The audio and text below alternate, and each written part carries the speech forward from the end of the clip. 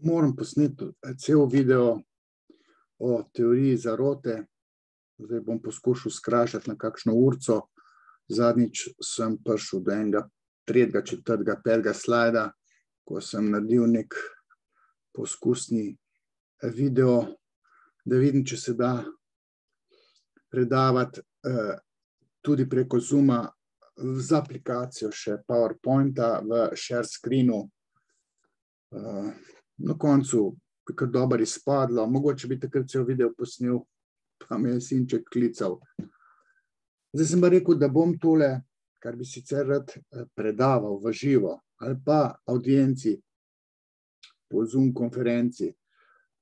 Posnel bom tole stvar zato, da bi ljudje, kompetentni ljudje, ki se mučijo s to COVID krizo, spoznali, da je treba reči bobu bob o teh teorijah zarote. To, kar se gre Grošovnik s svojimi predavanji, je konstruktivno. Gostoval je v Studio City, v Tedniku, na raznih Zoom konferencah, zadnjič sem ga poslušal, Primorska univerza, kjer je tudi profesor.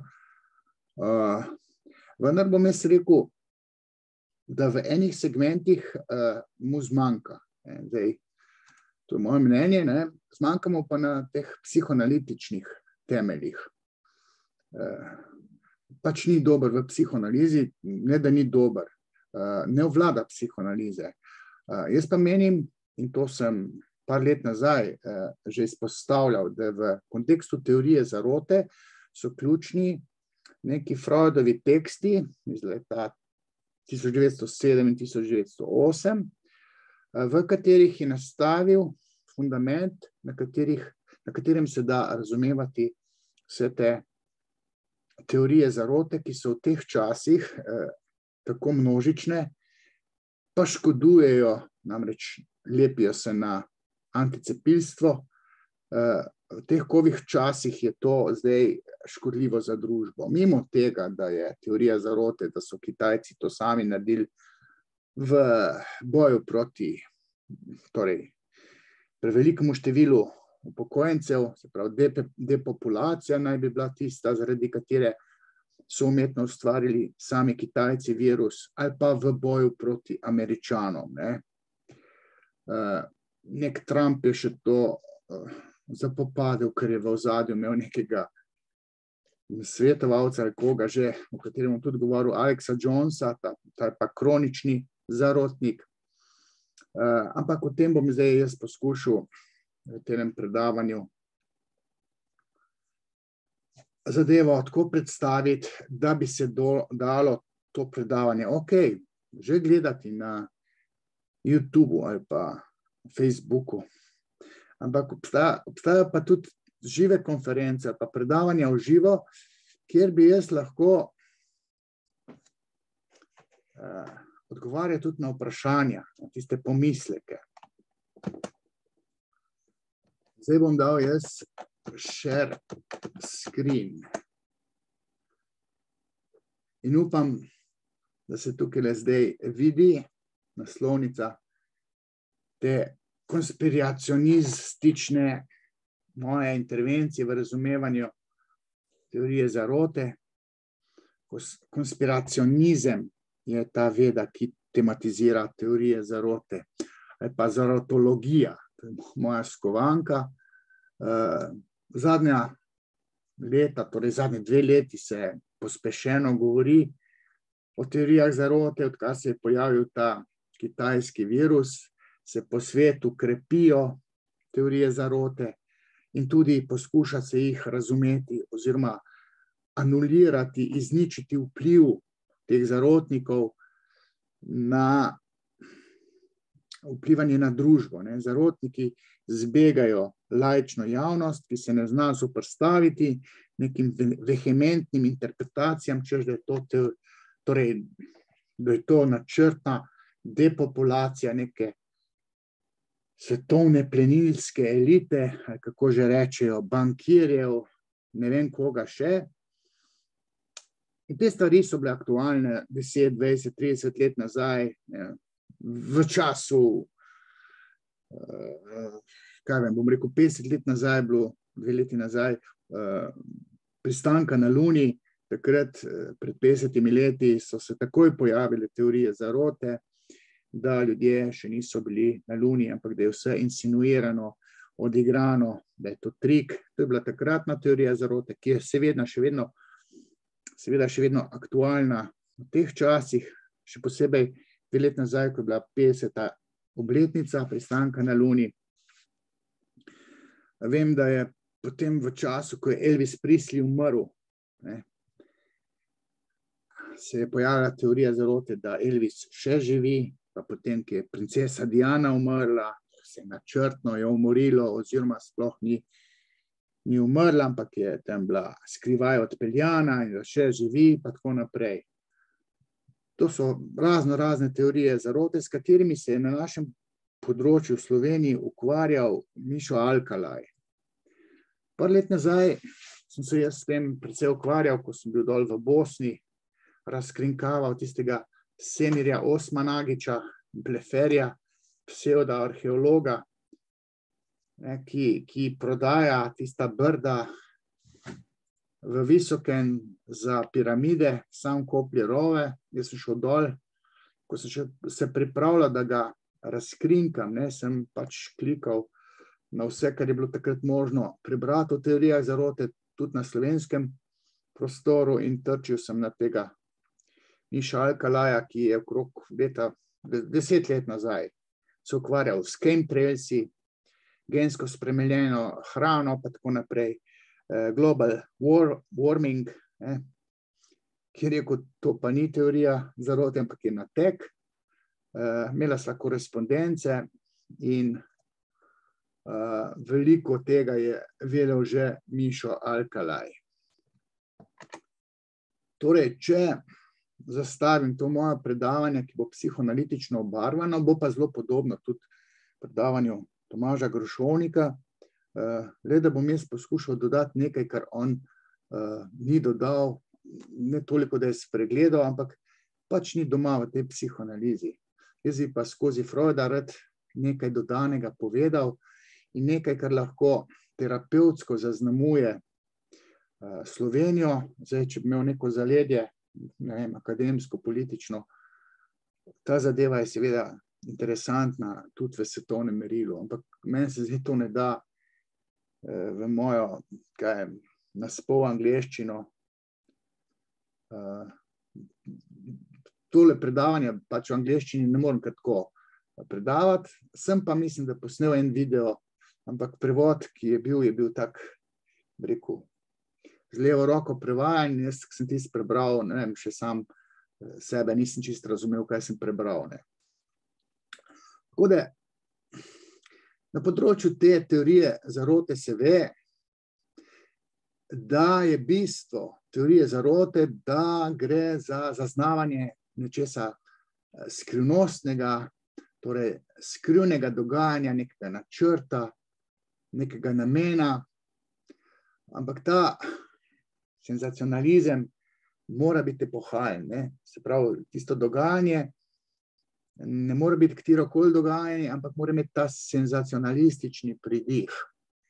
Mora biti epohalno, zato da ljudi zanima, pa bom potem povedal, zakaj je ta senzacionalizem ključni element vseh teorij zarote, ampak važno v tem trenutku je, da razumete, da se teorije zarote vzpostavljajo tam, kjer je možen senzacionalizem.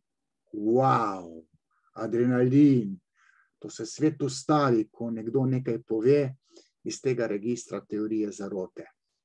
Freud je v teh kontekstih, torej že govoril, ampak ni govoril o teorijah zarote, govoril pa je o bizarnih, grotesknih verjetjih, ki so temeljni, esencialni moment vseh teh teorij zarote. To nekdo, ki prvič to sliši, pa je nekako razbistren, da malo ve, zakaj se gre, to se reži. Ko posluša vse te zarotnike, ki bizarno govorijo o enih dogodkih, dogajanjih, stanjih, to so groteske, smešnice. Potem je tukaj še jedrni del vseh teh teorij zarote, neutemeljenost. Ta kognitivna disonantnost, kot bom potem še na ta način o tem govoril. Ta kognitivna disonantnost je vezana na domneve, na špekulacije. Res je polno adrenalina, to je luštno, z užitkom to se da poslušati, seveda, če nisi kritičen. Vse skupaj je zelo neutemeljeno. Nelogično na eni točki in bistvo vseh teh zarotnikov je tudi to, da se tako rekoč tisti, ki so nagnjeni k teorijam zarote, to so pa kar eni in isti ljudje, a priorno zoperstavljajo uradni interpretaciji tega nekega senzacionalističnega, senzacionalnega dogodka oziroma dogajanja ali pa nekega stanja. Značilnost vseh teh teorij zarote oziroma zarotnikov je, da ko se jih malo povpraša, zakaj to tako razmišlja, pa v čem vidijo to logiko, navadno, ko razlagajo svoje videnje nekega dogodka, dogajanja, stanja, odkejo v svojo interpretacijo, razumevanja še kar ta vzrok, zakaj je njihova interpretacija taka in tisto interpretacijo povezujejo vselej z vzrokom oziroma v ozadju, vidijo nek namen, zakaj se nekaj tega zarotniškega sploh dogaja. Odkot ideja, da se to, ne? Potem pride do teh idej v povezavi recimo s COVID-19, pa tudi s cepljenjem, depopulacija. Ko rečeš, zakaj bi vlada rada cepila, ne zato, da bi narodu ohranila zdravje, ampak zato, da bi se zmanjšala populacija. Skrit načrt je tam nekje depopulacija, se pravi, likvidirati določeno število ljudi in to je ta skrit namen. In tisti, ki razlagajo ta COVID-19, se v končni fazi vselej dotaknejo tega vzroka, ki je v ozadju oziroma tega skritega namena. Torej, svoje videnje te zarotniki zagovarjajo natančno tako, da je njihova logika, torej njihova kognitivna disonanca, samoprevarajena. Dalo bi se reči, da sami sebi tako suvereno lažejo, da se samo prevarajo. Te teorije zarote so v svojem jedru samo prevaralne. Toliko bi rekel za začetek, prej sem že omenil ta pristanek na Luni, češ, da je bil posnet, insinuiran na nek način, da ljudje sploh niso pristali na Luni, ko so Buzza Aldrina, tam neki nadlegovalci sprovocirali, vem, da na YouTubeu je mogoče videti ta posnetek, ko Buzz Aldrin pri 80 letih, ko mu tam nek zarotnik sili tisto Biblijo v prisego, češ, zdaj je pa roko na Biblijo, pa prisež, da si bil na Luni. On je samo zamahnil in ga tako knokautiral pri 80 letih. Pa ta Buzz Aldrin ni edini, so bili še ljudje, torej vesoljci, astronauti na Luni in tudi njim se je, če so na nekih srečanjih, se najdejo ti zarotniki, ki se prikradejo do njih, in potem v enem trenutku začnejo težiti, češ, to je ena velika laž, nateg, priznajte, pa tako naprej. To je posledica nekega močnega psihotičnega, tako rekoč, občutka tistega zarotnika, ki je ujet, ukleščen v te občutke teorije zarote. In zdaj teh zarotnikov ni tako malo, zametka imajo mnogi, da ne rečem, ker vsi ljudje, ker smo kot ljudje bili nekoč otroci, pa nas je zavajalo strani avtoritet. Zato imamo neke fundamente, da nas nekaj spotakne iz registra teorije zarote, ali pa z registra nekih senzacionalnih novic in interpretacij, vsi imamo te zametke in se lahko vsi spotaknemo v svojem razmišljanju, pa iskanju prave interpretacije. In zdaj ta teorija zarote, to ni posebnost današnjih dni, ampak, kot sem rekel, to so ne vem koliko let nazaj pač izraz teorija zarote upeljali v razumevanje teorije zarote, sicer je pa to stara stvar. V času tega požiga Reichstada, mogoče se še danes točno ne ve, kako je bilo tisti Reichstad požgan, ali je bil to potaknjen, ali so res to sami Nemci, kot je bilo sprva rečeno in prepoznano kot teorija zarote. Možno je pa, da je bilo tisto, kar je veljalo kot teorija zarote, se pravi požig Reichstada, pa tam napad na eno radijsko postajo, da tisto ni teorija zarote in da celo tisto, kar so špekulirali nekateri, ki so bili označeni za zarotnike, da tisto drži. Večina teorij zarote, ki se tako rekoč z vesolja vidi, da so teorije zarote, torej ne držijo. Ampak se pa najde skromen procent nekih teorij zarote, tako imenovanih, ki pa se izkaže, da držijo. Tisti, ki so na drug način, kot recimo jaz, ali pa mogoče Grušovnik, proučevali, pa še proučujemo te teorije zarote, so odkrili, da so neka čudna verjetja imeli ljudje v vseh zgodovinskih obdobjih. Kar bom jaz rekel, to je logično. Tudi star Egipt je imel neke teorije zarote, vse kulture so imele teorije zarote, ampak ker takrat ta znanost ni bila tako močna, so bile vse te interpretacije v bistvu legitimno oporekanje nekim cerkvenim naukom, ki je imel neko interpretacijo v povezavi z razno raznim. Tudi s tem, recimo, torej, da se Zemlja vrti okrog Sonca in ne Sonce okrog Zemlje. Da so ljudje svoj čas goreli na grmadi ali pa so bili izolirani, se iz njih norca delala, ker uradna interpretacija je bila pač ta geocentrični sistem, da je Zemlja središče vesolja. Oporekati tej tezi, torej, da je Sonce središče, danes vemo, da niti to ni, ampak za tiste čase pa to veljalo kot pravilna teza, ampak pri tej tezi se je šlo za opozicijsko mnenje uradni interpretaciji. Torej, da je Zemlja središče vesolja. In tudi to interpretacijo bi lahko nekako pojmovali kot takratno teorijo zarote, ki pa je držala. Ali pa to, da stari Grki so verjeli, da je Zemlja pač ploščata, bili so pa takrat tudi disidenti, ki so pa rekli, da mogoče pa ni ploščata. Mogoče pa, da je krogla, tako kot je krogla Luna ali pa Sonce. To ni zdaj nek ploščat kovanec tam gor na nebu. Oziroma, da Zemlja ni ploščata, pač pa je okrogla. Ampak, če je nekdo v stari Grčiji tako razpravljal, ali pa mogoče še v srednjem veku, ko so potem obpluli Zemljo, Kolumb je mislil, da ko je šel okrog Zemlje, da je prišel v Indijo okrog in okrog, prišel pa v Ameriko. V tistih časih je bila pa znanstvena resnica, ki se jo ni dalo tako suvereno dokazati, da je gravitirala v sektor teorije zarote.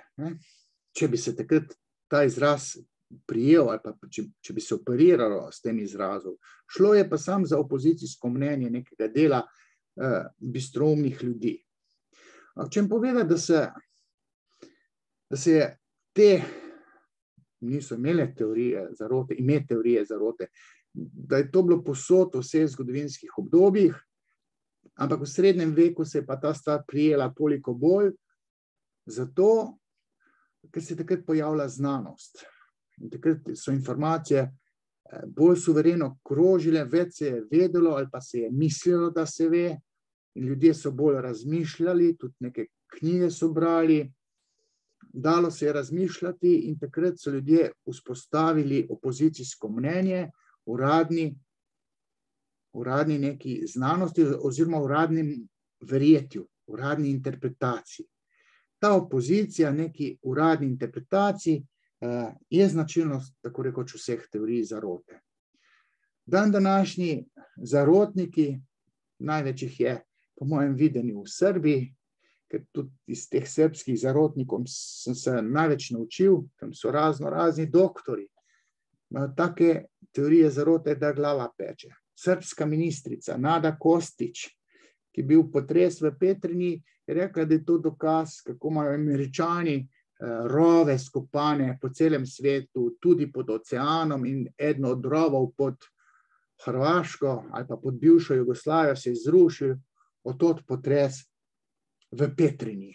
Nada Kostić, to je ena prva ministrica za zdravje, potem, ko se je Miloševića odstavilo, koliko je bilo to 20 let nazaj. Mislim, zdaj po domače povedano, to je skrajno pretegnjena baba. Stara, blizu 70 let. Ampak nebuloze ima pa take, pa ni edina. Tam so psihiatrinje, tam antivakcinerka, glavna je Jovana Stojković. Stara 40 let, suvereno gostja povsod, v vseh teh garažnih internetnih portalih. Pa tale Mila Alečković, nekoč še Nikolić, ki ima zdaj nekega francoskega moža, tam pa toliko tega znanja, da tako suvereno nateguje celo Srbijo in celo Jugoslavijo bivšo, tudi v Sloveniji, da sem rekel, zdaj Mila ne bo šlo tako. Nekoč sem jo propagiral, je dejal za zgled, potem sem pogotovil, da njena geopolitika sploh ne drži v taki meri, kot je pred 10 leti to suvereno razlagala, nisem celo verjel. In jo dejal za zgled, če šlete, je močna. Diplomirala je pa tudi v Franciji. Ona je ena najbolj militantnih oporečnic Vučićevemu režimu, zato ker si jo kosovsko deklico pač posvojeno, oziroma imela je v reji, so jo tako reč oteli. In revanšizem se suva Vučićev režim, da je postala glavna nasprotnica ideje, da je treba narod cepiti, pa da to je običan grip, pa take nebuloze. Mila Alečković, nekoč še Nikolić, njena mama Mara je prijateljevala z našim Cirilom Kosmačem, bila zaljubljena v njega, potem je pa zmagal v boju za to Maro Alečković, nek slikar Nikolić. Bila je pa pogosto v Sloveniji, tudi zdaj je bila, če uganete pri kom, pri Anici Bidar, in je imela intervju. Pa mislim, da tudi pri Alešu Erneclu. Bab se je zmešal, po mojem videnju. Ampak toliko znanja ima, da svojo kognitivno disonanco mogoče tudi načrtno iz žlehtnobe pakira v eno všečno teorijo, ki jo suvereno prodaja. Ker je psihologija in psihiatrija. Diplomirala tam v Franciji, ampak kolikor vem, so jo tam izžvižgali, ker je bila obupna do študentov. V Srbiji govorijo, da imajo alternativne interpretacije. Najbolj bizarn, je ta, ki je pred enim letom umrl, Jovan Deretić, zgodovinar. Zdaj, če greste to gledati, da bi se rad nasmejali, pejte ga poslušati na YouTube, Happy TV, pa Info TV, Balkan Info, to je zaznored. Koliko je ta človek, rekel, psihotičen, nanašalne blodnje ima. Ampak ta je umrl, doktor zgodovine, popolnoma potvorjeno zgodovino je dal ven, Kristus je bio Srbin in devica Marija bila je Srpkinja, pa take. Slobodan Milošević je Titov sin, Tito je smenjen, Mira Marković, žena od Miloševića, isto je bila Titova hčerka, Jovan Deretić. Potem je pa tukaj en izjemno egomanjak, jaz rečem, Dejan Lučić, prodal je na milijone knjig, po moje, v Srbiji. To dela take natege, da glava peče. Pa še enih 10-20 suverenih konspirologov oziroma zarotnikov je, in kadar pride, recimo, David Icke, tukaj ga vidite, na levi, kadar David Icke pride v Srbijo, to ima razprodana predavanja, to je, ne vem, 2-3 tisoč ljudi posluša, to ima, ne vem, 5-6 urna predavanja. Za norce je značilno, da ne morejo nehati govoriti, ne. Jaz lahko govorim pol ure, 1 uro in povem, kar imam zapovedati, ne. Če pa dobite zarotnika, da se razgovori, to ima 3 ure premalo. In ta David Icke, to je nek bivši nogometaš, ne, škotski je, najbolj znan svetovni konspirolog, že desetletja smeti po svetu. Ko se je COVID pojavil, ko sem kliknil, kaj govori, točno tisto, kar sem vedel, da bo govoril, da je to načrtno, da je to depopulacija. On se zdaj ukvarja z geopolitiko in glej ga šmenta, ne samo, da je gostoval pri Jasmini Kandorfer, v tej najbolj nori oddaji, ko je bila še na TV3, zdaj na Planet TV, Klepet ob kavi, 2 dela, to najdete, Davida Icka, Jasmino Kandorfer, pa tega našega prtegnjenca, Matjaža Obranoviča, ki sem ga jaz olupil po dolgem in počez. To, če se hočete pa nasmejati tako v slovenskem jeziku, greste pa Matjaža Obranoviča, vse teh biserov, ki so na Klepet ob kavi, je malo morje. Pojdite vi Valentina Rozmana poslušati. To se režite 3 ure skupaj. David Icke je gostoval v Studio City pri Marcelu Štefančiču. Človek, Repati Marcel, ni skužil, da je to natek, geopolitika, globalna država, bankiri, ki vodijo, Bill Gates, Soros, to vse natek, ki si ga izmišljuje v objemu nekih psihotičnih motenj, tale patološki narcis David Icke. Zdaj potem omenil sem Alexa Jonesa, ta je pa v času Zeitgeista začel blesteti, to je ta letnik 74, to je pa že 70 let star David Icke. Tale je pa radijec Alex Jones, tako rekoč, rekel, prijatelj Donalda Trumpa. V tistem napadu na Kapitol je bil s tistim svojim hemarjem, tako rekoč v prvih vrstah, to je prav možgane ljudem, tistemu vraču. To so vse teorije tega radica Alexa Jonesa. Totalno ne zmeden človek, pretegnjen do konca. Zdaj tale je pa doktor Mike Yeadon, Mike Yeadon. Ta je pa farmacevt, doktor farmacije, spozna se na cepiva in je eden glavnih anticepilcev v svetu. Cel svet se sklicuje na njega. Ampak The Times, newyorški The Times, ga je tega Majka označil za največjega heroja v teorijah zarote. To je zmagovalec med vsemi zarotniki. Mike Yeadon. In zdaj pol imate Hrvati, imajo ono Jurančič, neka Nada, tam nek Crikvenice, kje je Istra. To je stara 70 let, tudi doktorica, ujeta v teorije zarote. Ali pa naši te, zdaj podpisnikov bilo celega Boga. Prvo podpisani Uroš Dobnikar, internist. Popolnoma kognitivno disonanco ima inkorporirano v percepciji cepiv. In se zoprstavlja uradni stroki. Potem so psihiatri, Biserka Ilin, ta se je navzela nebuloz ravno od svoje srpske kolegice. Biserka Ilin je namreč iz Vojvodine, neka polmađarica. Naš Miran Možina, dekan Univerze Sigmunda Freuda, psihiater, podpisnik. Tam so Figl, to so zobozdravniki, ki pojma nima o virologiji.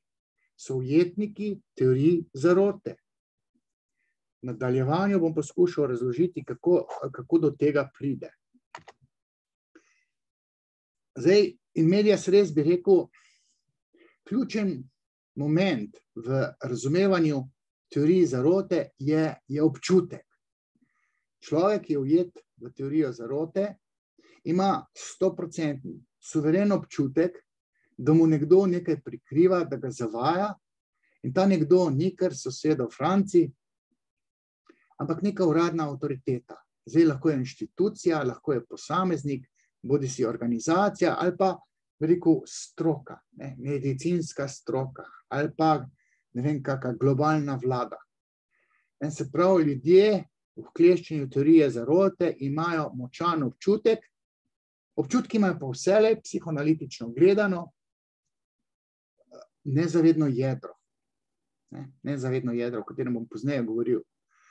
Zdaj, del teh teorij zarote sta dva ključna momenta, oziroma trije. Prej sem že povedal, da mora biti ena zadeva, da se naplete teorija zarote na to dogajanje, oziroma stanje mora biti senzacija. Moraš tam kovati teorije zarote, da je kamen, ne vem, da je bil umetno narejen, da to ni naravni kamen, ker to ni senzacionalno. Mora biti ta senzacionalni pridih nekega dogodka, in ko je dogodek senzacionalen, pride do tega sprožilca, ki poišče po nezavednem neko senzacionalnost iz otroštva, in potem pride do aktivacije tega občutka, da avtoriteta nam, laikom, nekaj prikriva. Seveda mora biti pa zdaj za to, da se zgodi ta sprožilec, še neka uradna interpretacija. Torej, strani avtoritete. Ne, da tam ti reče en sosed, a veš, jaz pa mislim tole. Mora se vzpostaviti v medijih, v javnosti uradna interpretacija strani avtoritete. To sta ta dva pogoja, ki sprožata, torej ta paket teh dveh je trigger tega močnega, tako rekoč psihotičnega občutka, ki ti vrže misli v to kognitivno disonanco. In potem pride do napačne interpretacije, ta občutek terja neko novo razlago, se pravi občutek, da nas zavajajo, potem pa napleteš svojo interpretacijo. In ta interpretacija svoja ali pa neka druga, ki kontrira uradni, je napačna. Torej, mora biti pa pogoj, da se nekdo uklešči v to paradigmo senzacionalnega dogodka in avtoritete, ki ima uradno interpretacijo. Mora biti še žrtev, torej subjekt, ki je po definiciji subjekt, torej človek, individuum, žrtev, ki se ujame v to teorijo zarote. Subjekt pomeni že sam po sebi, po definiciji je subjekt suženj, se pravi nevednež, slepec, suženj svojega nezavednega. Subjekt po definiciji ne ve nič, svobodne volje človek nima, torej subjekt tudi ni gospodar v lastni hiši, kot se reče v psihoanalizi. In ta žrtev, ta subjekt je žrtev zato, ker je kot otrok, to pa je zdaj bistvo tega, kar nek Grušovnik spušča, da je kot otrok moral doživeti, to je predpogoj, starševsko, suvereno zavajanje v kontekstu neke infantilne, torej v otroštvu, doživete neke senzacije, hiperinvestirana senzacija, hiperlibidinalno investirana senzacija, če se čist korektno psihoanalitično izrazim.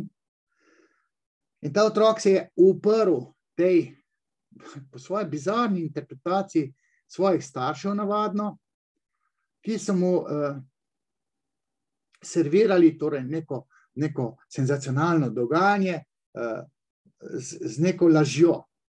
In otrok potem postane avtonomen v svojem razmišljanju, ker ni toliko butast, da bi nasedel staršem, ki rečejo, tebe pa štorkla prinesla, ali pa bratca ti bo štorkla prinesla. In otrok zgradi v svojem miselnem sistemu opozicijo, ki kontrira avtoritetam s to avtonomno miselno dejavnostjo, avtonomno logiko, za katero se pozneje izkaže, da drži. To je tudi ključno. Zato, tako rekoč, retroaktivno, otrok za nazaj ve, da so mu starši lagali in da ima že vse skozi on prav. potem se pa izkaže, da je imel dejansko že vse skozi on prav. In ta sklop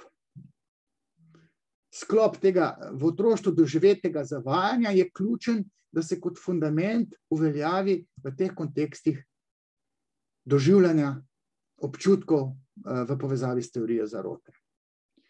Torej, starševska zavajanja, vsaj enega starša, odločilnega starša, ali pa kar obeh mogoče, en molči, eden mu pa suvereno laže. Ta starševska zavajanja tega nekega senzacionalnega dogodka, nekega otroštva, vsakega otroštva, so ključna, da se cel kontekst potlači, da se vzpostavi tako imenovano nezavedno jedro, ki potem ždi oziroma prebiva v subjektu, da se ob primernem sprožilcu v odraslosti aktivira in potem ta odrasel človek dobi neke občutke. Občutke, ko je senzacionalen dogodek, interpretacija strani neke avtoritete in dobi človek občutek, da je zaveden, da mu nekdo laže. Ta občutek se porodi. Torej, tistemu, ki je kot otrok bil zavajan strani staršev, enega vsaj starša, v povezavi z nekim senzacionalnim dogodkom iz otroštva.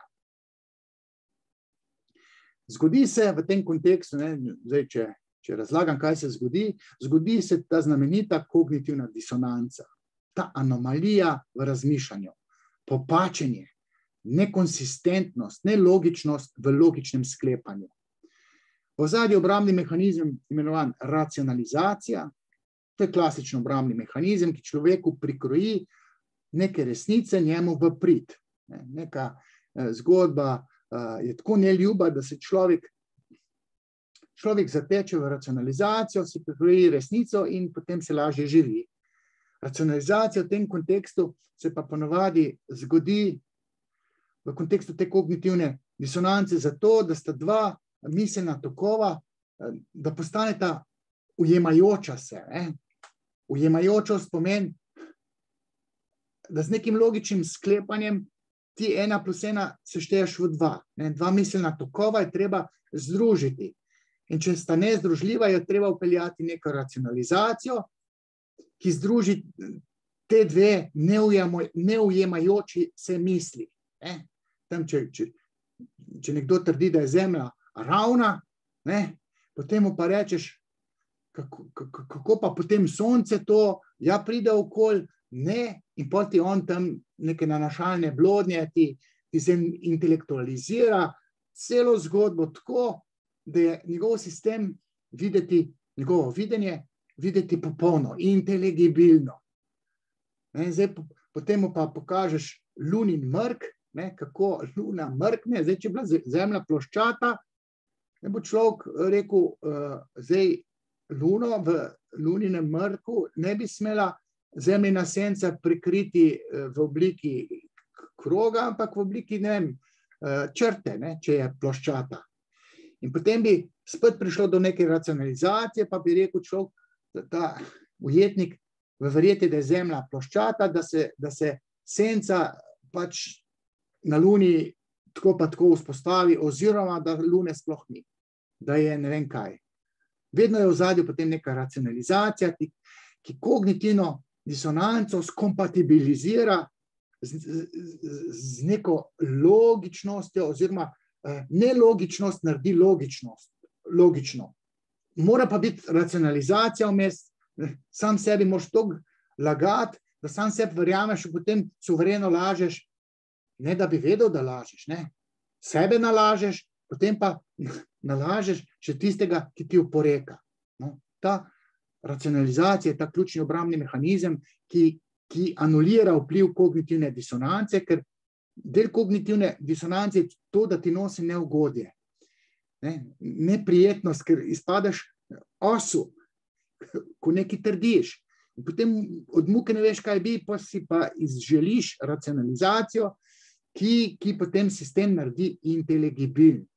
Imaš, rekel, tako rekoč, inteligentne nanašalne blodnje, oziroma intelektualizirane nanašalne blodnje, ki te to zgodbo, ki jo ti vidiš kot resnično, naredi inteligibilno. To pa je izraz, Freudov izraz, ki ga je sicer uporabljal pri interpretaciji sanj. Še en zelo pomemben moment je v celi tej zgodbi razumevanja teorije zarote, to pa je, da otrok čuti zadoščenje, ko s časoma spozna, da je v procesu zavajanja strani staršev, da je imel on prav, ne pa te prve avtoritete, torej starši. Starši ga zavajajo zaradi neugodja, navadno gre za zavajanje okrog spolnosti, od muke starši ne vejo, kako zdaj otroku razložil seks, pa kakšno vlogo ima pri nastanku otrok in potem ga zavajajo. Otrok pa nekako ve, da to ni štorkla ali pa to v mamico je nekdo nekaj dal, očka mora imeti neko vlogo, da mamic trebuh zraste in to še otrok v tem trebuhu zraste. Kako je not prišel, kako je rastel, kakšna je vloga očeta, pri tem, da je v trebuh prišel pa ta otrok. Pa kje je to ven prišel, Ali zdaj pa še ta enigma, ali mamica ima lulčka za moške zarotnike. Kako ga nima, po eni točki nima ga, zakaj ga nima, kdo je to odrezal. In otrok potihem nekaj sluti na področju seksualnosti, zdaj govorim tako, kot je Freud govoril, na področju seksualnosti otrok nekaj čuti in potem, ko odraste z leti, ko odrašča, dobi zadoščenje, ker spozna, da so ga zavajali, da je on od vsega začetka že imel prav. Od vsega začetka. In to ugodje, ki ga otrok doživi, to je iz registra načela ugodja. To je neko veličastno občutenje, da ne rečem užitek, ko otrok spozna, da je bolj pameten kot starši. Češ, so me zavajali, so mislili, da me bojo prelisičili, ali pa mogoče čelo misli, starši ne vejo, jaz pa vem, da je to v trebuhu. Se pravi, otrok dobi zadoščenje, pomirjenje, uživa, ko spozna, da je od vsega začetka on imel prav. Zdaj, tukaj bi se dalo še kak drug Freudov koncept uživanja uporabiti pri tem občutenju zadoščenja. Namreč Freud je v 2 knjigah, tam okrog leta 1905, uporabljal en koncept tako imenovanega predhodnega uživanja oziroma vnaprejšnjega uživanja. V tej antipsihoanalitični knjigi oziroma nepsihoanalitični knjigi, to je Vic in njegov odnos do nezavednega. Recenzijo te knjige sem namreč napisal in jo zelo poznam. 20 let nazaj je išla. No, tam je ta koncept prihranka psihične energije pri občutenju smešnega, je Freud upeljal to vnaprejšnjo oziroma predhodno uživanje pri vicu ali pa pri smešnici, pri humorju, ko se mi začnemo režati, mi na neki točki pred kulminacijo smešnosti v enem vicu, mi že prej uživamo, že imamo predhodno uživanje.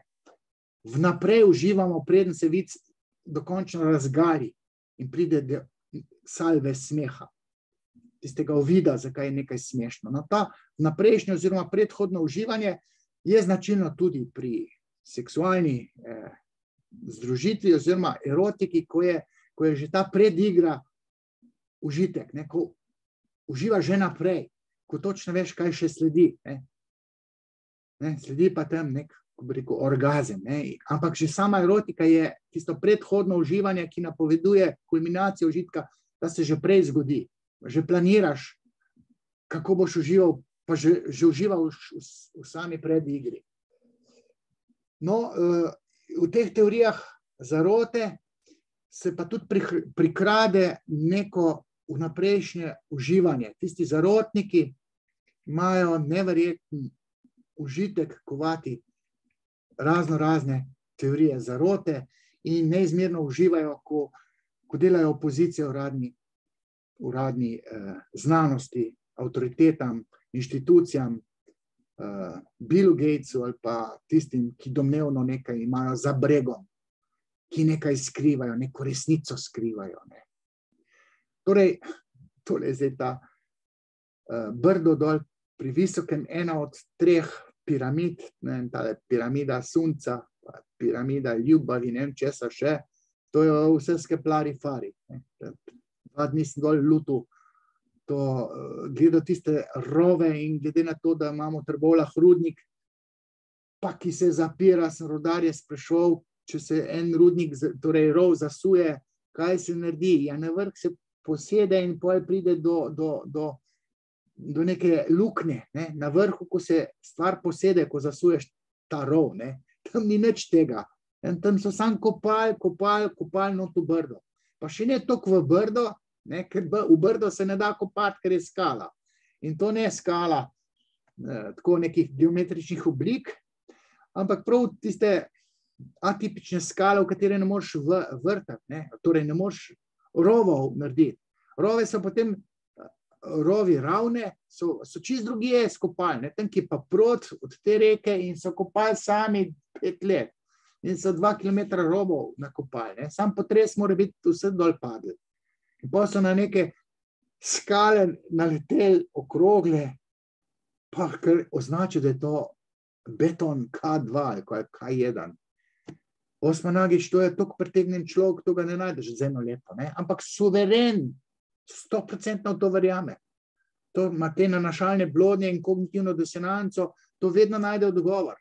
Tudi za ta COVID krizo, ionizirano sevanje, ki je v tiste rove, to ste takoj pozdravljen COVID-a. Pejte ga poslušati, jaz sem ga par ur poslušal v zadnjem letu. To so te nanašalne blodnje, racionalizacije, kognitivna disonanca ali pa tudi distorzija, ne, to je pa že, če je cela osebnost motena. Ne. Kognitivna disonanca so miselne za kalkulacije v logičnem sklepanju, kognitivna distorzija je pa izpah občutkov v strukturi osebnosti. To je pa motene osebnosti, kognitivno distorzijo. Vedno je tukaj a priorno kontriranje. Ne? Znanost nekaj reče, zarotnik, rojen zarotnik, a priorno vseka kontra. Kontrira se uradni stroki, avtoriteti, uradni znanosti, inštitucijam. In v tem celem sklopu je polno nelogičnosti. Nekdo, ki pride neobremenjen z nekim kmečkim ali pa znanstvenim logičnim sklepanjem, ugotovi, da je tukaj v teorijah zarote polno nelogičnosti, polno napak v sklepanju. Popačen. Gošovnik govori o hoteni nevednosti, ali pa mislim, da govori o motivirano nevednost. Ko si prav zainteresiran, da neka dejstva ne veš, da si izracionaliziraš, da tega pa znanost ni rekla, oziroma da je to znanstveno neresnica, zato da legitimiziraš svoje neko videnje. Hotena nevednost ali pa nezavedno motivirana nevednost. Polno nekih intelektualizacij, ne, ko neko znanost naflancaš noter v neko zgodbo, ne, intelektualiziraš z nekim znanstvenim pridihom. Ne. Ti imaš kognitivno halucinacijo, bi se dali reči tudi. Ne. Tega ima pa polno tale nesrečko Šorli. Ta pa intelektualizira, trda znanost, pa trobezlja take nebuloze in sam se pe všeč. V celo zgodbo sem jaz upeljal 2 Freudova koncepta, v zgodbo razumevanja teorij zarote. To je inteligibilnost, to je koncept pri interpretaciji sanj, zato da so sanje inteligibilne, se pravi, imajo rep pa glavo, da vi imate občutek, da sanjate nek film, se morajo zgoditi neke intervencije v ta film, ki ga sanjate. Zato, da je film, ki ga sanjate z repom in glavo, da je inteligibilen, se zgodi sekundarna elaboracija. Neki elementi so naknadno vtkani noter v celo zgodbo, da zgodba dobi formo. Rep pa glavo, da je nevidez ujemajoča, da ima neko logiko. Slovenski izraz je drugotna obdelava, sicer pa bolj se uporablja sekundarna elaboracija. Tale VTC je tudi znan po številnih teorijah zarote, da aviona sploh ni bilo, da je to neka simulacija, da je bilo vse zrežirano, oziroma da so Američani sami to zminirali. Jaz sem imel to srečo ali pa to čas, da pride zdaj ali je doktor ali je fizik, torej magister fizike in meni on računa pa dokazuje stvari, on magister sodeluje tam s fiziki iz hiše eksperimentov in zdaj smo mogli jaz parirati, da se moti, ker ti je bil totalno zblojen. To je več kot 10 let nazaj bil pri meni. In sva ta VTC predelovala in jaz sem videl nekako je on nezavedno hoteno, motivirano, sam sebi zamolčal, da obstaja prožnostna energija. Če se nek tram zlomi, potem ima ta prožnost neko energijo, ki se pretvori lahko v kinetično energijo, ker vseka nek cigu, nek predmet tako, da ta predmet ne pada proti zemlji z gravitacijsko hitrostjo, pospeškom 10 metrov na sekundo, ampak hitreje. Se pravi, pospešek dobi, ker so neke prožnostne sile, so se sprostile in so določeni delci šli hitreje navzdol. To so merili ti zarotniki in so rekli, to je dokaz, da je bila eksplozija. No, ta tip je bil popolnoma, v kognitivni disonanci, pa doktor fizike. Srednješolski profesor sicer. No, in jaz sem rekel, zdaj, a sem jaz del neke zarote? Ne, vi pa niste. Sem rekel, no, pejte lepo v Ljubljana polje na tablete, ker ne da imate vi nanašalne plodnje, vi ste v psihotični fazi. Ok, kar se tiče tega VTC-ja.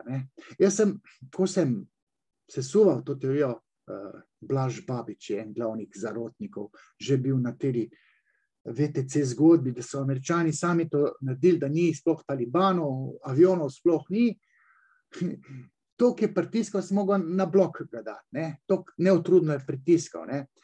Jaz sem pa v tistih časih, 10 let nazaj že, sem povedal, da je težko najti, rekel je 100 ljudi, ki bi naredili projekt, da bodo zminirali 2 tavorja, v katerih je, ne vem, po 3000 ljudi, da bi to zdaj oni lastne Američani pobili, brez da jih vest peče.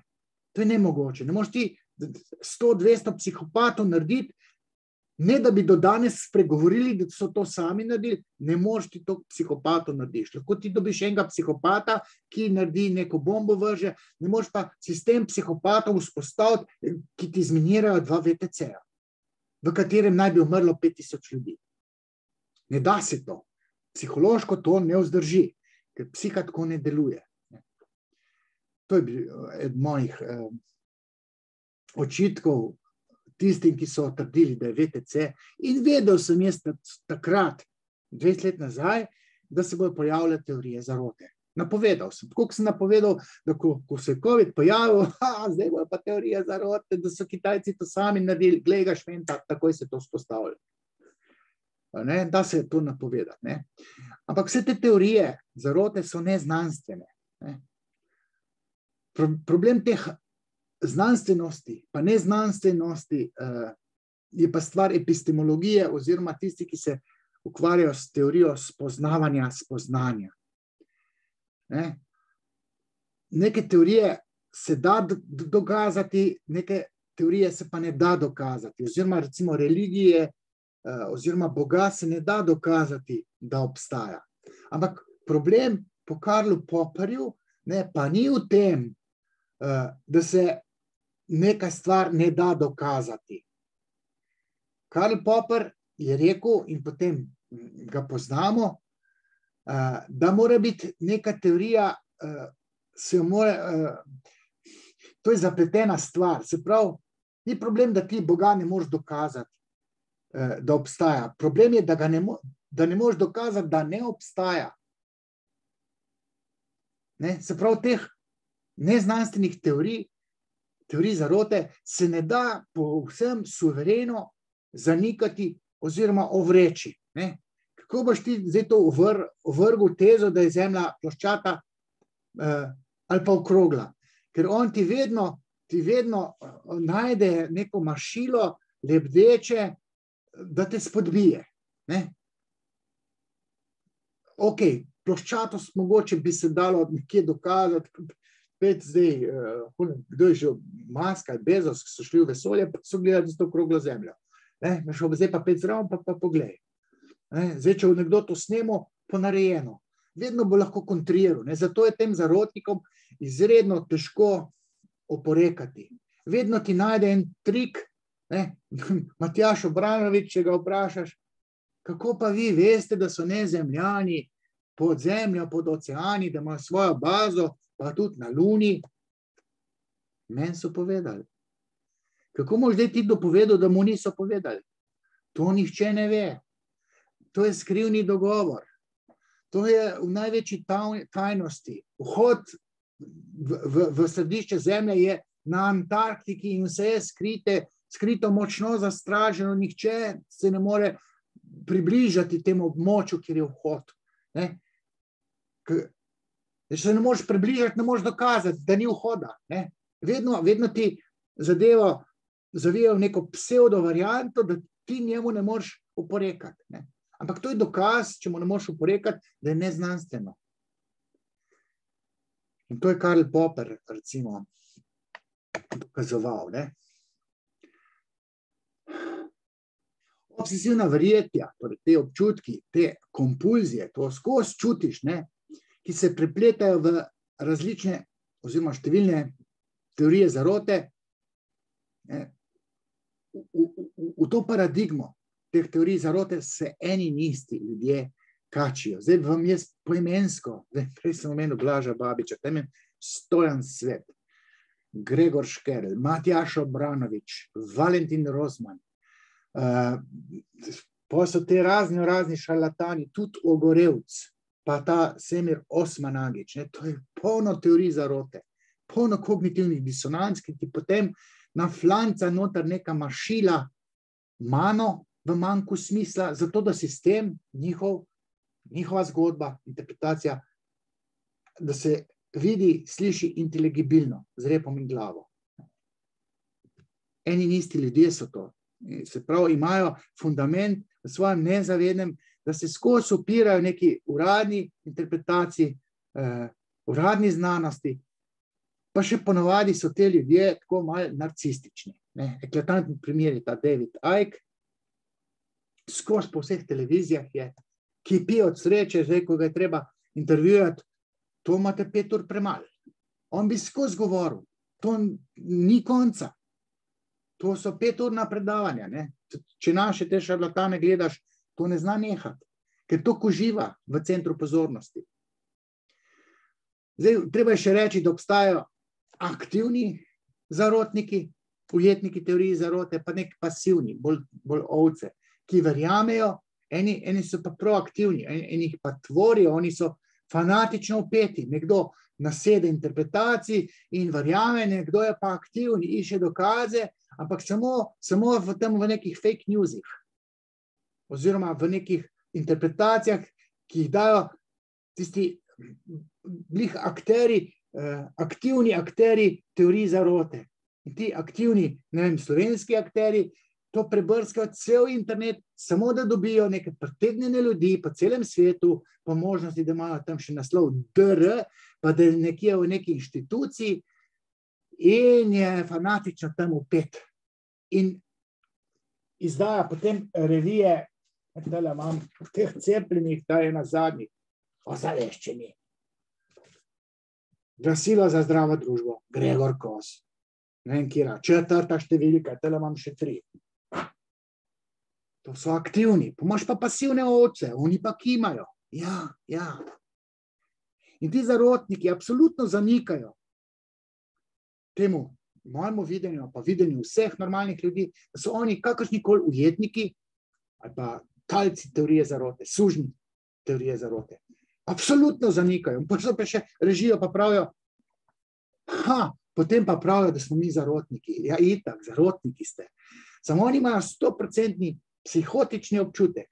Jaz sem povedal, tak psihotični občutek, ki imajo zarotniki, ga imajo samo še norci na zaprtem oddelku, šizofreniki oziroma psihotiki. 100% edini norci verjamejo, vsak znanstvenik, vsak znanstvenik čuti neko skepso, ne ve, ali je kje spregledal, rekel, ni 100%, ne. Predstavi teorijo, po moje drži, dokazi so tele. Ne, te zarotniki pa brez dokazov, z neki kvazi dokazi, servirajo tam neke fake newse, neke teorije zarote, ne pijejo vodo, ampak to 100% trdijo. Zato, ker imajo v svojem nezavednem tisto jedro, iz katerega se ta 100% občutek napaja. Njihov 100% občutek je stvar psihične zmedenosti oziroma neke motnje v kogniciji, ki ima nezavedno jedro. Znanstvenik pa z logičnim sklepanjem išče, se pravi s kognitivnim aparatom, išče neko znanstveno resnico, oblikuje teorije. Zarotniki pa ravno obratno, oni imajo občutek v nezavednem, ki botruje ukrepanju, pa temu fanatičnemu boju za opozicijsko mnenje. Zdaj veste, kateri zarotniki v Sloveniji so bili najbolj dejavni v teh časih. 3-krat ali 4-krat so tetle trohovci, ne vem, kako nam rečem, to je verska sekta, ne, napadli RTV, ker oni bi radi zdaj svojo resnico plasirali v medijski eter in rabijo te medije. Tale Saša Petek 100% verjame. To se joka, troha, čipi v glavi, 5 minut prej je jokal, češ, da se mu ne verjame. V ozadju je verski guru, Vladislav Troha v tem primeru, in potem podložne očice, ki nasedejo logiki poglavarja. To je znana paradigma, predvsem iz Amerike, to je tam ogromno verskih sekt, oziroma so jih imeli 20 let, 30 let nazaj. Tiste komune, verske sekte, ogromno nekega latentnega seksualnega dogajanja je bilo, oziroma ne latentnega, manifestiranega po teh komunah, verski guru in potem ukleščene očice, cele družine, otroci. To se ne moreš izviti iz tega, ne samo, ker imaš oprane možgane, ker je koncept tako narejen, da ne moreš izstopiti iz te verske sekte. Ponavadi je verski guru moški, v ozadju so pa ženske, ki imajo čustveno vez s svojim očetom. Ponavadi se pa tem ženskam zgodi, da so same imele ranjenega lik očeta, oziroma odsoten lik očeta, odsotna figura očeta ali pa pretegnjenega očeta. Ponavadi je to. Zdaj, če bi šli tele gledati, tam jaz poznam zgodbe, v Reji je bila, eden je fotor šizofrenik, ena sploh očeta ni poznala. Jaz sem šel preverjati, kdo se vklešči kot ovca v sekto nekega guruja. V ozadju je pa ta transfer, ki ga je Freud razlagal in razložil na primeru Jozefa Breuerja, kako je on s svojimi pacientkami se lepo žgal. Seksal je z njimi in vsako pol pa tudi nekako pozdravil, ampak ne skozi seksualnost, ampak skozi to, da je upravil možgane s svojim videnjem psihe, ampak je ona predpogoj, je pa bil, da se je ona, recimo Ida Bauer, je bila Dora, Berta Poppenheim, ta je bila Freudova pacientka, Berta Poppenheim je bila pa Ana O, ki se je zaljubila v Jozefa Breuerja in jo je pozdravil. In ona je rekla, gospod doktor, vi zdravite z besedo. In te verski guruji, ki imajo navadno histrionično osebnostno motnjo oziroma primesi grandioznega narcizma, so suvereni govorci. To so prepričljivi in nekdo, ki ga posluša, to, če ni pozoren, takoj kupi njegovo logiko. In zaradi tega čustvovanja se vzpostavi to verjetje v teh verskih sektah. In v teh časih imajo te verske sekte polno teh teorij zarote. Vse so vezane na COVID, na cepljenje, vsi so anticepilci, depopulacija, otroke ne bojo ubili, zasužnili, uničili, naredili ženske neplodne, otroci neplodni. maske dol, znanost, to je laž. Ne, da so vsi ukleščeni aktivno v teorijo zarote, ampak sprejmejo po logiki transferja logiko svojega verskega guruja. Torej, to sem že povedal, da vedno je tam občutek malo, da je nekdo iz ozadja, da posedujejo neko resnico o nečem, nekem dogajanju, početju, nekem stanju, ima celo nek skrivni namen, navadno je vezan na neko epohalno stvar, na neko senzacijo in navadno zato, da je več adrenalina, je tukaj sovražna stvar, vezano na neugodje. Ne na ugodje, na neugodje. Ugodje človek doživa sam, ker je enormno lušen to poslušati, oziroma lušen, not te potegne, adrenalinsko je, ušesa imaš kot slonček Dumbo, ko to poslušaš, senzacija, ampak sovražen namen, ker če je sovražen, potem se ti ustraši za lastno uživanje in potem si aktivn tam. Se pravi, načrt obstaja, neka skrivna resnica, v ozadju so pa jih pa najdejo, tisti, ki ima veliko denarja. Vemo, kdo so na svetovni ravni, Bill Gates, Musk, Soros, Bezos.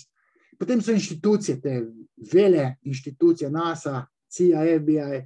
Vedno so tukaj iluminati, prostozidari, še od srednjega veka naprej, oziroma okrog leta 1000, ko so te prostozidari kot koncept nastali, takrat so gradili te srednjeveške katedrale, bili zelo cenjeni, pomembni, potem je bil pa čas katedral mimo, so pa te lastniki teh gradbenih firm, ti zidari, prostozidari, so imeli željo, da bi bili pomembni, so se nekaj združevali, to je res, ampak tisti kartel torej zidarjev je potem prišel v idejo o prostozidarjih, pa pozneje iluminatih.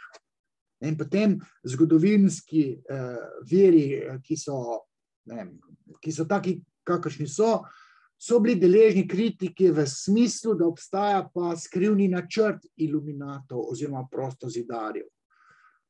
In pa je cel srednji vek kontaminiran, oziroma kontaminiran je zdaj za nazaj. Francoska revolucija je delo iluminatov, pa prostozidarjev, recimo vojna v Ameriki med severom in jugom, to so prostozidari, prva svetovna vojna, prostozidari, o tem sem jaz razpravljal celo v Faktorju, s tem mojim enim sogovornikom, ki imajo iste teorije, Boštjan M. Turk. Ta Boštjan je nagnjen k tem verjetjem, tudi Tito je bil zamenjan, Tita imam v mezincu. Jasno, da obstajajo številne teorije zarote, da je Tito bil zamenjan. Ne vem kolikrat, 3-krat, 5-krat. Tako kot, prej sem omenil Nado Kostić, ta ti pravi, da je Bill Gates že zdavni zamenjan, Bill Clinton zamenjan, Hillary Clinton je bila 3-krat zamenjena. Trump je bil že zamenjan, z dvojnikom. Pa take nebuloze. Ti, ki so nagnjeni k tem teorijam zarote. Torej, povedal sem, kognitivna disonanca je temeljni nek element teh teorij zarote, polno miselnih zdrsov, kognicija pomeni mislenje, to so kognitivni zdrsi v smer nelogičnosti, tudi laži, nekih polresnic, ki imajo status mane. To je mašilo v manjku smisla. To sem že prej povedal, da je nek sistem inteligibilen, videti je popoln, ko se zgodi neka sekundarna elaboracija in potem vse te racionalizacije in potem cel ta paket kognitivne disonance ti zniža neugodje, ko si zracionaliziraš neko zgodbo, zato da te ne peče noto glav, ki je vse narobe skupljan, ki si v kognitivni disonanci, moraš racionalizirati, moraš inteligibilno zgodbo narediš, moraš uporabljati sekundarno elaboracijo kot nek obrambni mehanizem.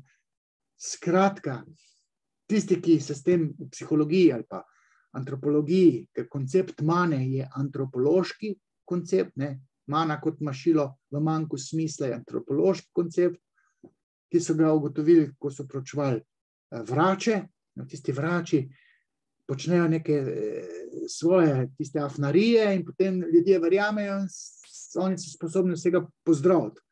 Ampak tem so ene stvari popolnoma kognitivno ne vzdržijo. Ampak nek butast domorodec nič ne ve in ga je komot nasrat. Zaradi teh fenomenov, ki so tudi tukaj odkani v teorije zarote. Zdaj to, kdo kdaj, pa v kakšni situaciji prvič pomeni neko teorijo zarote, to je težko reči. Ne? Lahko se pa reče, torej jaz sem rekel, ko se COVID-19 vzpostavil, sem rekel, evo, teorija zarote bo.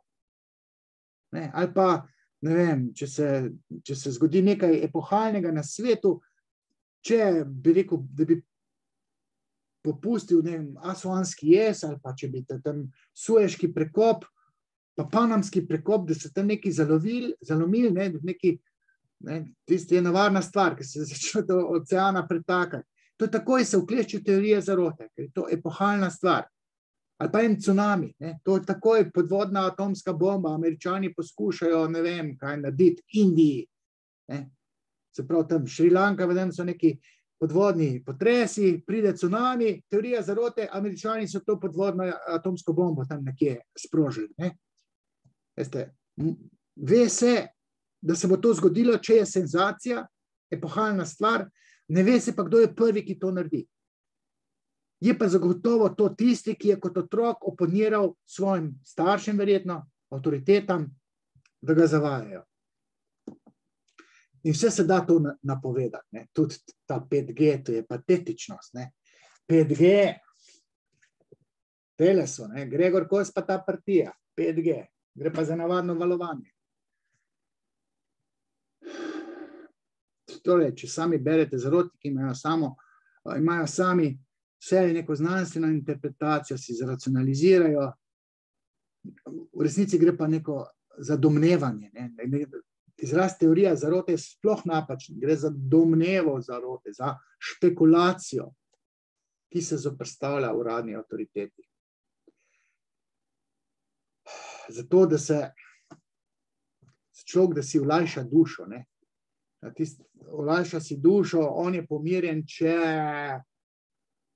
občutek, ki ga ima, se aktivira, da nekaj ni v redu, in on si lajša dušo, ko se zoperstavlja tem teorijam zarote. Rekel sem že, omenil sem, da da lažne novice niso teorije zarote, ampak so preproste laži, ki imajo funkcijo zavajanja. Od teh laži se pričakuje neka korist v nečem, pri nekom, po veliko sadizma je, nekdo si lajša dušo, ko spusti teorije zarote in ko ljudje nasedejo, on tam sadistično uživa. To je drug tip užitka kot užitek, ko se tam razpreda v teorijah zarote. V teorijah zarote v bistvu si ljudje lajšajo dušo, ker imajo ta tesnobo noter, ko čutijo, da so naplahtani, nalagani, čutijo in potem se aktivirajo in si na ta način oddahnejo oziroma lajšajo si dušo. To, da lahko govorimo o teorijah zarote kot o obsesiji, to tudi drži, ali pa kompulziji, to nekem ponavljanju, ker ti zarotniki prežijo, tako rekoč vselej, nezavedno prežijo na senzacionalizme, da se pojavi uradna interpretacija in oni kontrirajo. In potem imajo vse te nanašalne blodnje, intelektualizacije, racionalizacije in to so fanatični, tako da glava peče. To so prav, tudi militantni, kolerični. No, zdaj pa ta psihoanalitični del. Dva spisa sem že prej omenil, da sta iz leta 1907-1908 o seksualnem razsvetljevanju otrok in o infantilnih seksualnih teorijah. Ta slednji spis je veljal oziroma je nekakšno odprto pismo nekemu Firstu, doktorju, uredniku revije o neki socialni medicini in higieni. Freud je v teh dveh spisih zastavljal temeljno vprašanje, ali otrokom sploh smemo osvetliti dejstvo o seksualnem življenju. V kateri starosti se to zgodi, pa na kakšen način. Če že, v kateri starosti je to primerno, pa na kakšen način zdaj to otroku povemo. To je neko izhodiščno vprašanje. V teh dveh spisih sta zelo podobna, spisa iste stvari, govori enake.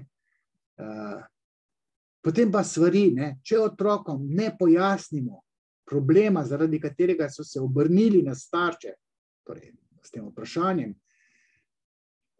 potem o njem premišljujejo te otroci sami in se potem dokopljajo do takšnih nekih svojih infantilnih otroških poskusov razlage, v katerih se pravilna ugibanja na najbolj čuden način prepletajo z groteskno zmotnim.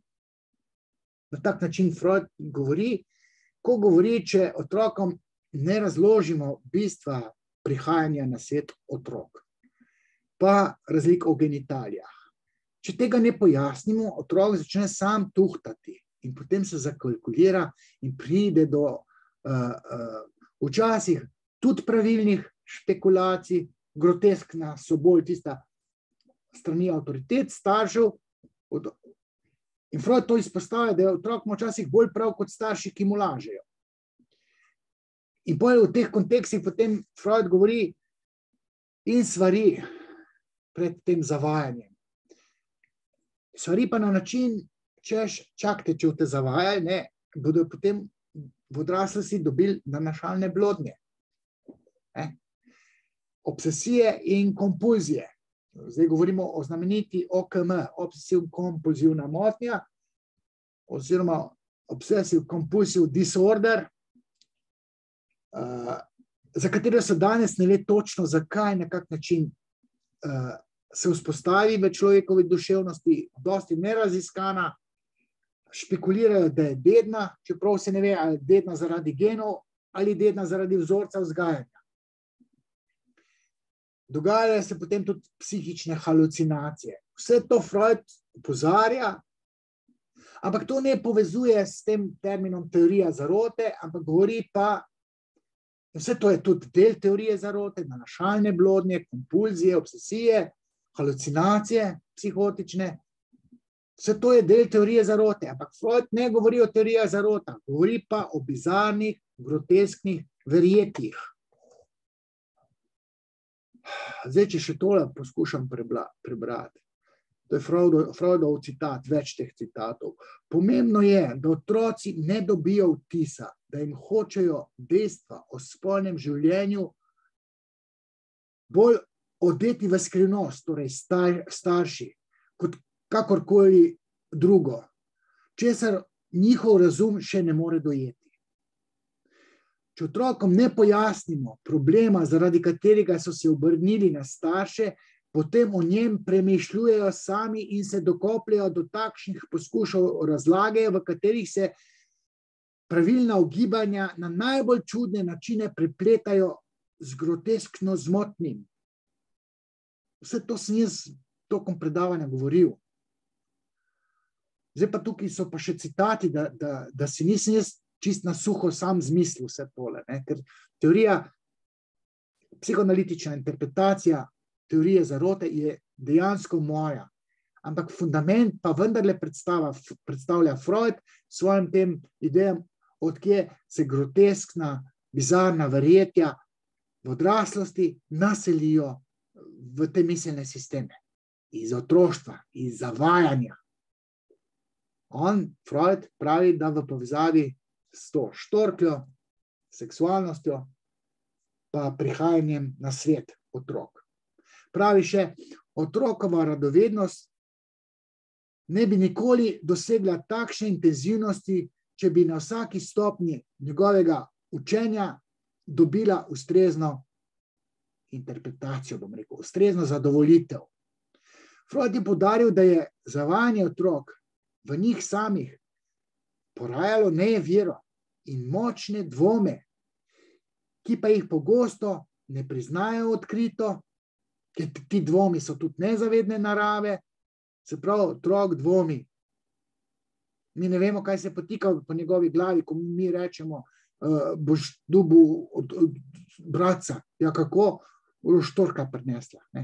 Zdaj govorim, vse tega ni več, ampak Saša Petek govori v svojih videih, da starši pogosto lažemo svojim otrokom, pa da so nas nalagavali, in glih govori o štorkli, ki prinaša otroke, in še pozneje, ko bom jaz govoril še tisto, kar pa Freud ni, o Dedku Mrazu, Božičku, Miklavžu, da to obstaja, in se mu laže. Saša Petek točno o tem govori in je vsa ukleščena v teoriji zarote. V kontekstu vseh teh interpretacijsko prevaranih, zavedenih, nalaganih otrocih, Freud še dodaja, od te prve prevare in zavrnitve ti otroci gojijo v sebi nezaupanje do odraslih. Zato svoje nadaljnje raziskovanje zavijejo v skrivnost. In potem natuhtajo, da so prav razmišljali, da so jim pa starši lagali. In to je ta fundament, ki se v paradigmatski obliki vrača v obdobjih odraslosti, ko se človek uklešči v tej skušnjavi, da bi verjel v razne teorije zarote. Freuda so, ko se s to temo ukvarjal, se pa veliko z otrokom ukvarjal, tudi delal nekje kot pomočnik pediatrom, ko je prišel iz Francije, od tistega šolanja pri Charcoju. On je 2 leti asistiral tam, celo v Berlinu, kot nek konzultant pri pediatrih. In je delal z otroki. Freuda so burile otrokove napačne seksualne teorije. Kaj napačnega si otrok misli? In zdaj zapišal je pa tolo epohalno misel. Te napačne seksualne teorije, o katerih bom razpravljal v nadaljevanju, imajo vse zelo nenavaden značaj. Čeprav na grotesken način zgrešijo, vendarle vsaka od njih vsebuje koščke prave resničnosti. In v tem so podobne genialnim zamislim odraslih o problemih sveta, ki presegajo človeški razum. In Freud tukaj aludira ravno na teorije zarote, na groteskna verjetja odraslih. Groteskna, bizarna verjetja, pa to so teorije zarote. Se pravi, Freud je vse to že razložil. Samo ni se ga dalo, pa se ga ni, ne da se ga ni dalo, ni se ga poskušalo povezati z razumevanjem teorije zarote. In zdaj, če nihče drug tega ni naredil, sem to naredil jaz. Če nadaljujem. Freud je trdil, da so otroci skozi samoiniciativnost v razmišljanju, da so izostrili svojo sposobnost razmišljanja. To se pa ve, recimo, odkje je znanstvenikom ta epistemološka pulzija. Ja, iz tega obdobja, ko so želeli vedeti, ali ima mamica lulčka, ker znanstveniki so predvsem moški. Neznanke iz registra seksualnosti mu vzbujajo radovednost, ki predstavlja fundament za vse poznejše vedoželjnosti. Za vso vedoželjnost se imamo za zahvaliti radovednosti iz registra seksualnosti. To je tista tendenca znanstvenikov, ki ima ime epistemološka pulzija. Potem slovijo znanstveniki, radi bi vedeli. Prav psihotično prizadevanje imajo, da bi radi vedeli na področju svoje znanosti. Odkje to imajo? Zato, ker so kot otroci želeli vedeti, odkje prihajajo na svet otroci, kakšne so razlike v genitalijah, zakaj mami nima lulčka, zakaj ga mi imamo in tako naprej. Tudi ženska, ki je vpeta v neko znanost, je vsa zbegana, ko vidi tisti kos mesa iz očetovega mednožja ali pa bratčevega. Odkje razlike? In tudi ženska znanstvenica se kot deklica ukvarja z idejo, kako zdaj to otrok pridejo na svet. Kakšno vlogo ima ta očetov lulček, pa moja lulika, za katero sploh ne ve, da ima tudi odprtino pri 3, 4, 5 letih. Za obstoj vagine tudi deklica ne ve. Kaj šele deček? Deček ne ve niti za klitoris. Deček samo ve, da je deklica odrezana. Kastracijski rez oziroma nič je med dekličinimi nogami in to ga bega. Otroški imperativ, ki zaznamuje vsako vsako poznejše prizadevanje nekega znanstvenika, torej otrokov imperativ, se imenuje rad bi vedel. Jedro je pa infantilno. Tega znanstvenikovega prizadevanja, da bi rad nekaj odkril. Rad bi vedel, se napaja iz otroštva, ker je otrok želel nekaj vedeti, nekaj epohalnega iz registra seksualnosti, je rekel Freud. Po Freudovem mnenju se nagon po spoznavanju napaja iz otrokove želje, da bi razumel, odkje prihajajo na svet otroci in zakaj obstajajo genitalne razlike med spoloma. No, zdaj pa bom jaz povedal še nekaj, kar Freud ni povedal, ne, ker mi zdaj suvereno ne lažemo več svojim otrokom, jaz svojim nisem, ne. Poznamo detajle, kako so moji otroci vedeli, kako otroci prihajajo na svet, celo posneto je to na videih, ampak hkrati tudi vemo, kako smo jim lagali s temi možički. Miklavž, Dedek Mraz, Božiček, obstaja tudi zobna miška, ki tudi ni toliko nedolžna, ali pa, ne vem, ko ti tam nek hrček umre, kam pa je šel, ne, pa se mu pa zlažete, ne. Ampak tam nekdo, ki ima hrčka zelo, zelo rad, ne, se celo obdobje dogaja okrog tega hrčka, ne, in potem enkrat hrček pogine. Otroku je treba zdaj lagati, potem se mu laže, da je šel boh ve kam. In te laži, ki so hiperinvestirane, ki imajo veliko libida vtkanega v jedro tega oboževanja nečesa ali pa koncentracije pozornosti. Te trije možički so v epicentru razmišljanja vsakega decembra. Veseli december je prežet v otrokovi glavi, psihični realnosti s pričakovanjem darila, z Dedkom Mrazom. Zadnji teden tam okoli Dedek Mraz se pojavlja, enkrat je rdeč, enkrat je bel, enkrat na brado, velik, debel, pa še on Miklavž, pa neke dobre vile, pa neke srnce, pa kočije, pa zajčki. Otrok je ves zbegan in on sam misli, zato ker tudi darilo dobi. In darilo dobiti je užitek in hoče to razumeti in potem se mu laže. Ampak v Freudovem času je bila kulminacija otrokovega zanimanja, pač ta seksualni moment. V naši kulturi je pa to pač po mojem videnju tile trije, Dedek Mraz, Miklavž, Božiček, pa tudi kakšne dobre vile, zobna miška. Zdaj, zanikanje virusa, če tudi z nekim bežnim sklicevanjem na razne teorije zarote, imajo svojo interpretacijo. Evidentno je pri tem zanikanju, to sem pri tem potrčil, pa pri teh bidarcah, pa bakaričkah, preposlušal sem vse. Neko šorlija, recimo, neko upanje, se pravi, tolažilno upanje. In jaz govorim o nekem efektu tolažilnega upanja. In bistvo tega efekta, tega tolažilnega upanja je neko avtozanikanje, samoprevaralnost. Sam sebi lažeš, se zanikaš. Grušovnik govori o tej hoteni nevednosti ali pa motivirani nevednosti. Se pravi, to zanikanje, virus ne obstaja. Nekako je lahko tudi človek tako butast. Virus ni bil nikoli v resnici izoliran, bidarca.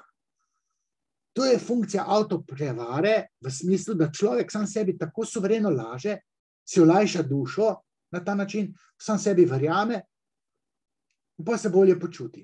Ni več toliko ne trpi, ni toliko zaskrbljen, si ublaži ves ta strah, to napetost, sam sebe potolaži. Vulgarno rečene, nafuka se, nalaže se. To vrstno avtoprevaralno zanikanje je v resnici ego-obrambni mehanizem. Obrambni mehanizmi služijo pa temu, da človek preživi. Da se mu ne zmeša od neprijetnosti, neugodja. to past teorije zarote in tudi tolažilne avtoprevaralnosti se lahko ujamejo tudi strokovnjaki. Nedavno so se podpisali, sem rekel, ta Uroš Dobnikar, zdaj tista žena je zelo odločilna pri tem, da je on prvo podpisani. Pa ne vem, koliko jih je, celega boga zdravnikov, ne, pol je zoba zdravnikov, pa takih ne vejo, zakaj se gre. Psihiatri, recimo, ne, biti psihiater, to je diagnoza. No, še ti psihiatrije študiraš, če si normalni. Če imaš pa probleme, greš pa sam sebe študiraš. V statistiki poznamo pri tem sklepanju, ampak tem, ki velja v metodologiji, kjer je statistika odločilna, da se ti držiš neke zakonitosti v metodologiji. Tam obstaja napaka alfa, ki jo tvegaš, ko spremeš neko hipotezo. Mi lahko naredimo napako alfa tudi, ko verjamemo Bejovičevi, pa Kreku, Logarjevi, vsem tem strokovnjakom. Jim verjamemo.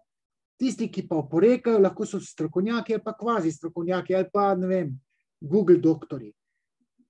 Lahko da če se 10 let izkažeš, da te, ki so brcali v resnici v temo, da so na neki točki imeli prav, da se pa uradna stroka mogoče pa motila. Mi bi naredili napako alfa, če verjamemo zdravnikom. Komu češ drugemu verjeti, kot tistim, ki so študirali te stvari, epidemiologijo, imunologijo, mikrobiologijo, viruse, cepljenje, komu češ drugemu to, kot zdravniku, medicincu. Mu verjameš. Če se oni zmotijo, potem ti narediš napako alfa. Ta napaka alfa, napaka prve vrste, kot se reče v statistiki, je minimalna. Tam v statistiki obstaja tam 5% napako tvegamo pri eni hipotezi. Obstaja pa še napaka beta. To pa naredimo, če sprejmemo neko povsem nelogično, se pravi absurdno teorijo, recimo teorijo zarote, nekih teh abrveznikov, ki so vsi prestrašeni v kognitivni disonanci, oni sproducirajo neko teorijo zarote, potem se pa izkaže, torej, mi lahko verjamemo njim, tvegamo napako beta. In potem se izkaže, da je pa njihova teorija napačna, da drži medicinska teorija, ne ta teorija zarote, raznih, in v tem primeru pa naredimo napako beta, pa napako prve vrste. Zdaj, če se jaz dobro spomnim, sem pa to študiral pred 30 leti ali pa še več, pa pol na prvem podiplomskem, pred 25 leti, malo sem te napake alfa, napake beta malo pozabil, ampak če jaz verjamem medicinski stroki, se pa lahko čez 10 let izkaže, da je bilo to napačno, ker bomo še 10 let, mogoče, upam, da ne, verjetno, da ne, imeli ta virus. In potem bo zaradi ukrepov, pa zaradi vsega, kar je ta virus prinesel, umrlo, ne vem, 100 milijonov ljudi po celem svetu, od covida pa samo 50 milijonov. Se pravi, da bi bilo boljše, da bi ignorirali ta virus, da ne bi imeli ukrepov, to se lahko izkaže čez 10 let. Zdaj tega ne moramo vedeti in ni druge, kot da verjame uradni stroki. In tvegamo napako alfa, ki je minimalna. Ne moš ti tam Google doktorjem pa zbegancem, kmečkim bunkam pa vaškim posebnežem verjeti. Verjame se medicinski stroki, ki pa ni vse vedna. Ona nima dostopa do Boga, pa reče, Bog nam je povedal. Oni znanstveno sklepajo, vendar se v enem majhnem odstotku lahko tudi motijo. Z vsem tem znanjem, ki ga jaz imam, bi jaz rekel, da takolo predavanje, ki ga jaz imam, če ga suvereno odpredavam s tem, da mi ne rečejo, tisto pa tam, ne vem, ko mi rekla Anuška Delič, da sem mazač. Mislim, mazač, da sem. Zato, ker, ne vem, je Ilka zmagala šele pol, ko sem se jaz 2 meseca, mislim, bi že več v ekipi. Da sem mazač. Ali pa da sem, ne vem, defaults, kar sem tudi res. Mislim, mimo tega, da imam 3 podiplomske študije, ki nimajo veze, tako rekoč, športom. Ampak če se me predstavi kot nekoga, ki ve, ali pa če nekdo drug, v beli halji, psihiater, doktor, mogoče Grošovnik, če mu razložim še psihoanalitično ozadje teorije zarote, ker on v tem segmentu, zakaj teorija zarote, on se tukaj izgubi. Tam neke nepomembne stvari razlaga. Jaz sem pa tukaj vse razložil. In če se to na suveren način posreduje ljudem, lahko pride do uvida, do kolektivne psihoterapije. Subjekt, za katerega se predpostavlja, da ve, zna in zmore, lahko poda interpretacijo teorije zarote, zgodi se uvid, zgodi se spoznanje, ampak morajo ljudje zaupati avtoriteti. Vprašanje, če jaz sem ta avtoriteta, ta subjekt, za katerega se predpostavlja, da ve. Ampak naši mediji, tole je ta bež partija, verska sekta, takle stvari, ki tukaj vidite, on je grafen za strupljanje, čip not v glavi, vse se stavi, tretje oko, oni vas kontrolirajo preko računalnika. Troha to govori. Ne sem troha, vsi tek so upeti v njegove nebuloze in seveda jih je 20, 50, njih pa 500, niti 5000 ali pa 500,000. Bilo pa bi jih, če bi vse te nebuloze servirali v Odmevih ali pa v Tedniku, Studio City. In zato oni hočejo priti v mainstream medije. Jaz bi pa to priporočal, da tole, kar sem povedal, povem na enem predavanju pred širšo množico. Ne, da bo tole tam na Facebooku gledalo 1000 ljudi, pa na še enih 1000 na YouTubeu. Tole je norost, to ne da je kognitivna disonanca, to je izpah kognicije, distorzija. To imajo pa motene osebnosti, kognitivno distorzijo imajo motene osebnosti. Kognitivna disonanca je mehen segment kognitivne disfunkcije. Distorzija pa je pa motena osebnost.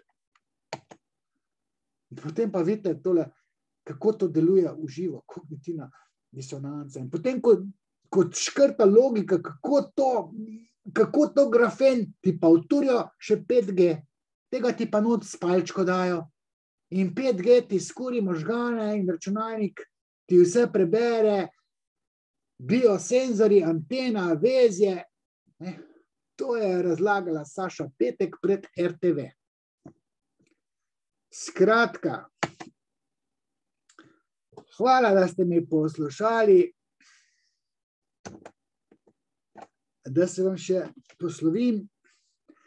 Tako predavanje bi jaz moral imeti na NIJZ-ju, ali pa v sklopu NIJZ-ja, v državnem svetu. Poslancem mogo tole razložiti, kaj je to kognitivna disfunkcija oziroma psihoanalitični fundament občutkov, ki te silijo v teorije zarote. Nezavedna jedra pa te zadeve. Ampak ne bom prišel zraven, ker sem sovražen, ker me tele babe ne marajo.